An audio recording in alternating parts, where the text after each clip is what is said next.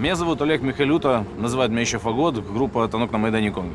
Мы группа Потап и Настя. Меня зовут Виктор Павлик, я певец из Украины. Это Тамерлан и Алена. Я Андрей Киша, я украинский музыкант, телеведущий. Меня зовут Валерий Харчишин, я пою в группе «Друга река». Я Булитка Виктория. Я актриса. Всем привет, я Арсен Мирзаян, украинский автор-исполнитель. Меня зовут Марина Борщевская, я стилист-визажист. Я Наташа Гордиенко, певица. Сергей Танчинец, я вокалист группы Without Limits. Меня зовут Вадим Красноокий, я музыкант, лидер украинской группы Mad Heads. Здравствуйте, меня зовут Ольга Навродская, я житель Украины и коренная киевлянка. Мы группа «Время и стекло», я киевлянин. А я крымчанка. Мама у меня украинка, папа русский, живу я в Киеве, а учусь в Москве. Я родился в России, в Саратовской области. Во мне течет казахская кровь. Я живу и работаю в Украине с 91 года. Практически все мои родственники живут в России, да, наверное, все. Мой отец чистокровный поляк, с родом Западной Украины. Моя мать наполовину еврейка, наполовину русская.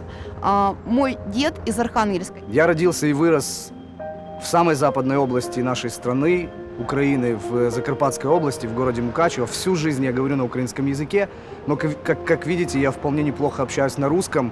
Мало того, я женат на русскоязычной украинке с русскими кубанскими корнями. Я украинец, который родился в семье украинки и ливанца. Родители, родственники моего отца узнали на своем горьком опыте, что такое гражданская война на родной земле. Исторически так сложилось, что на территории Украины живет очень много национальностей. Русские, украинцы, крымские татары, грузины, армяне и многие другие. И все мы одна большая семья. Хочу сказать, что вырос я на творчестве Владимира Семеновича Высоцкого, Александра Яковлевича Розенбаума. Свои песни я пишу на украинском языке, и это не мешает мне общаться с российскими звездами, с коллегами по сцене. Все, кто говорит на русском языке, в том числе и мы, нас не преследуют, слава богу, нас никто не бьет. Мне кажется, что разговоры о том, что здесь есть какие-то национальные проблемы, проблема языка. Я русскоговорящий человек, говорю на русском, пишу свои посты на русском, думаю на русском. Здесь нет никаких бандеровцев, здесь есть ваши братья. Приезжайте к нам, вы все увидите. Мы вас любим все так же и не хотим войны. В Украине у вас очень много друзей. Может быть, нет нигде, ни в одной другой стране мира столько друзей у России и россиян, сколько в Украине. В Украине все свободно понимают русский язык, все легко им пользуются. Ни у кого не возникает с этим никаких проблем. Если вы слышали что-то другое, это просто неправда. Той ненависти украинского народа к России, о которой вам говорят по телевидению, ее нет в помине. Никогда никто здесь не относился агрессивно к русским людям. Мы большая дружная семья. Мы близкие братья, побратимы, как у нас говорят, и мы соседи. Хочется жить в мире, хочется жить в достатке, чтобы над нами светило солнце, чтобы над нами светило мирное небо. Просто обращение к вам. Ребята, мы очень любим вас, у нас общая история. У нас одна культура, у нас даже русский язык, половина страны говорит на вашем языке. Мы никого не ущемляем, мы за мир, мы за любовь, мы за взаимопонимание. Мы за честные, открытые отношения. То, что может помешать сохранению человечества, это война. То, что сейчас может произойти на нашей земле, на Украине. И очень не хотелось бы, чтобы это произошло, потому что это ведет к разрушению, в первую очередь, человека. Потому что с человека начинается это человечество. Сейчас очень тревожный момент. Момент, когда в воздухе запахло войной. Это страшное слово.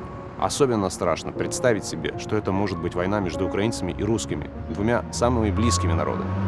Мы все, наверное, понимаем, что такое война, и в частности сейчас понимаем, что такое информационная война. Мы понимаем, для чего это делается, потому что любая война преследует чьи-то цели, конкретные чьи-то цели. Мы даже представить себе не могли в самом страшном сне, что Россия и Украина могут быть страны, которые могут воевать.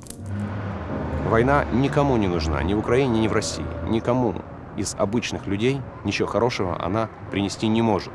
Нужно понять, что политики ценой наших жизней отстаивают только свои бизнес-интересы. Будущее наших детей их не интересует. 1,5 месяца назад у нас родился сын, и мы никогда бы не могли подумать, что он родится в такие трудные времена. Пожалуйста, давайте будем благоразумными. Я за мир в этом мире, за добро, и пусть у нас будет все хорошо в будущем. Дорогие наши россияне, мы очень счастливы, что мы можем приезжать к вам с концертами, дружить с вашими артистами. У меня там очень много друзей, а у Позитива родственников. Мы неоднократно бывали у вас с концертами и собираемся к вам еще приехать. Мы не хотим ехать к врагам, мы хотим дальше продолжать ехать к родственникам, к друзьям, к братьям. Мы не представляем себе, как можно враждовать, как могут наши народы даже думать и говорить слово «война». Мы считаем вас своими братьями, и мы не хотим войны, тем более именно у нас под домом. Я за мир. Я призываю всех русскоговорящих, все русское население, которое тоже очень многонационально, призываю просто стать на сторону добра.